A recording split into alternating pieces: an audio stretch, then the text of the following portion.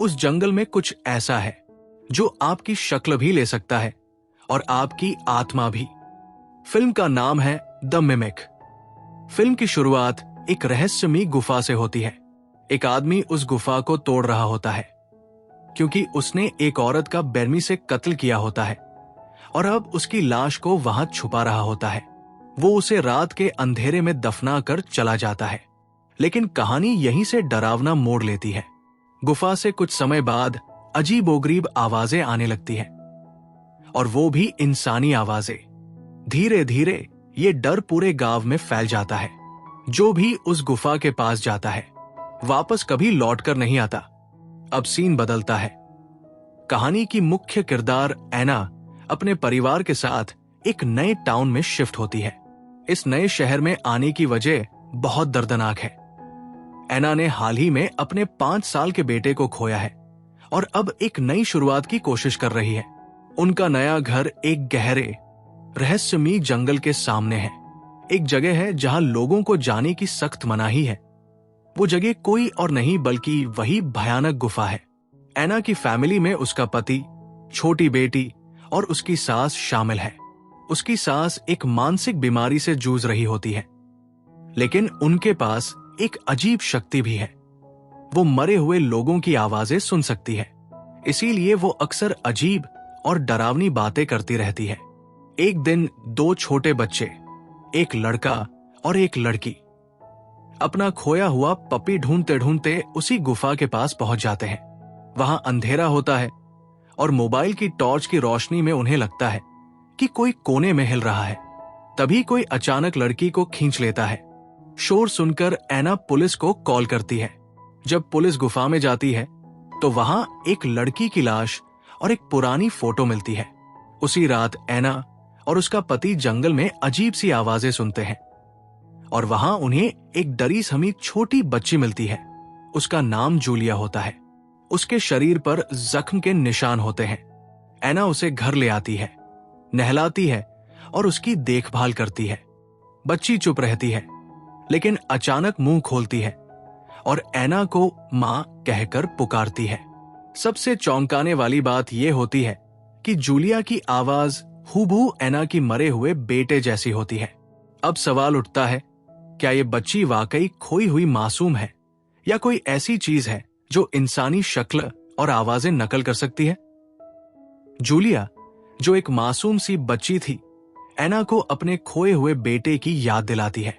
जैसे जैसे दिन बीतते गए, ऐना और जूलिया के बीच एक गहरा भावनात्मक रिश्ता बनने लगा। ऐना ने उस बच्ची को सिर्फ अपनाया ही नहीं, बल्कि उसे अपने बेटे की तरह प्यार भी करने लगी थी। लेकिन एक दिन ऐना का पति चिंता के साथ कहता है, इस बच्ची को हम अपने घर में कितने दिन और रखेंगे? हमें इसे भेजना होगा। ये सुनते ही ऐना टूट जाती है।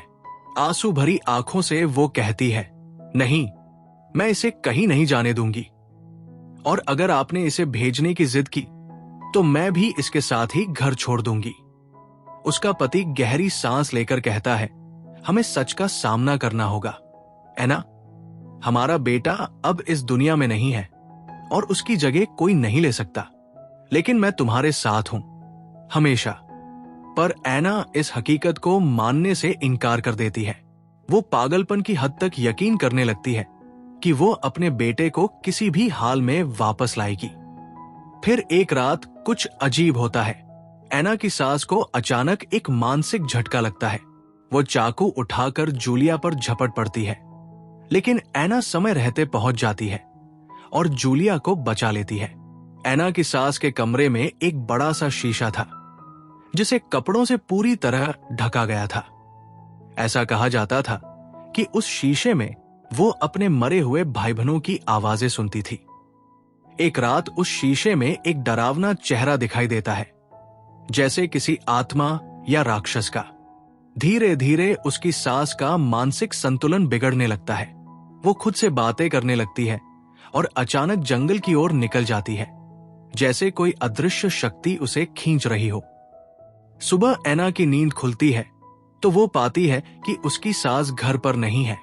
वो अपने पति को बताती है और जब वो अपनी मां के कमरे में शीशा चेक करता है तो अंदर से बांसुरी जैसी आवाजें आ रही होती है। वो शीशे पर लगी सभी टेप्स को हटा देता है और उसे उस पर अजनबी हाथों के निशान दिखाई देते हैं। अब उसे शक होने लगता है कि जब से जूलिया उनके घर आई है तब से ही अजीब घटनाएं शुरू हुई है। वो सीधा जूलिया के पास जाता है और पूछता है, क्या तुम्हें पता है दादी माँ कहाँ गई है? इसके बाद कहानी में अचानक मोड़ आता है। एना का पति भी रहस्यमय तरीके से गायब हो जाता है। डरी स्मी एना तुरंत पुलिस को फोन करती है और कहती है, मैं अब यहां नहीं रह सकती। ये शहर बहुत अजीब है। वो पुलिस को बताती है कि कुछ दिन पहले ही उसने जंगल के पास एक छोटी बच्ची को देखा था। उसका नाम था जूलिया।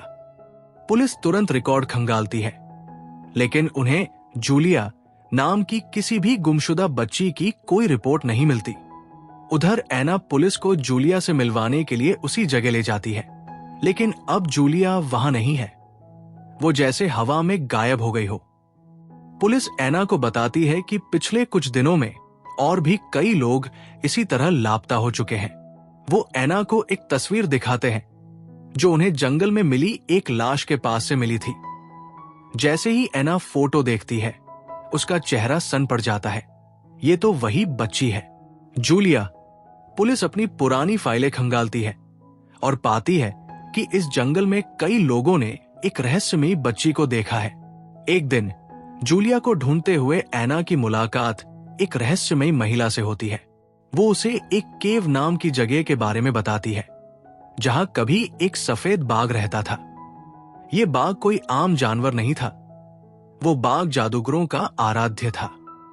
एक जादूगर ने जब उसकी पूजा की तो बाघ ने उसकी आत्मा मांगी। जान बचाने के लिए उस जादूगर ने एक चाल चली।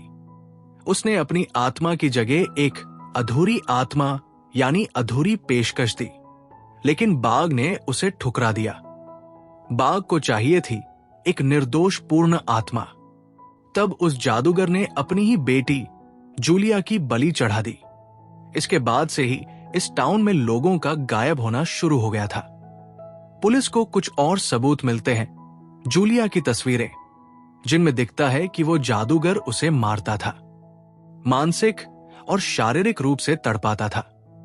वो रहस्यमयी महिला एना को चेतावनी देती है, अगर तुम्हें वो बच्ची दिखी है तो जादूगर भी कहीं ना कहीं यही है। वो दोनों अब उस टाइगर के गुलाम हैं। वो औरत एना से कहती है कि तुम्हें जूलिया को अपने घर नहीं लाना चाहिए था। वो तुम्हें पजेस कर सकती है, और अगर तुम्हारी नजरें धुंधली होने लगी है तो समझ लो शुरुआत हो चुकी है। एना को पहले से ही साफ दिखाई नहीं दे रहा था, इसलिए वो घबरा जाती है। एना की बेटी को आवाज आती है, इधर आओ। डरो मत बेटा। लेकिन वो असली एना नहीं थी। वो आवाज उस जादूगर की थी जो अब आईने के पीछे था। उसका निशाना अब एना की बेटी थी। डर के मारे बच्ची खुद को अलमारी में बंद कर लेती है। तभी जूलिया आती है और कहती है, डरो मत, मैं तुम्हारे साथ हूं। वो अलमारी में उसके पास बैठ जाती है। कुछ देर बाद एना घर पहुंचती है और अपनी बेटी को खोजने लगती है। अलमारी खोलते ही वो देखती है उसकी बेटी सुरक्षित है और जूलिया भी वही है। एना को लगता है कि जूलिया ने उसकी बेटी की रक्षा की है।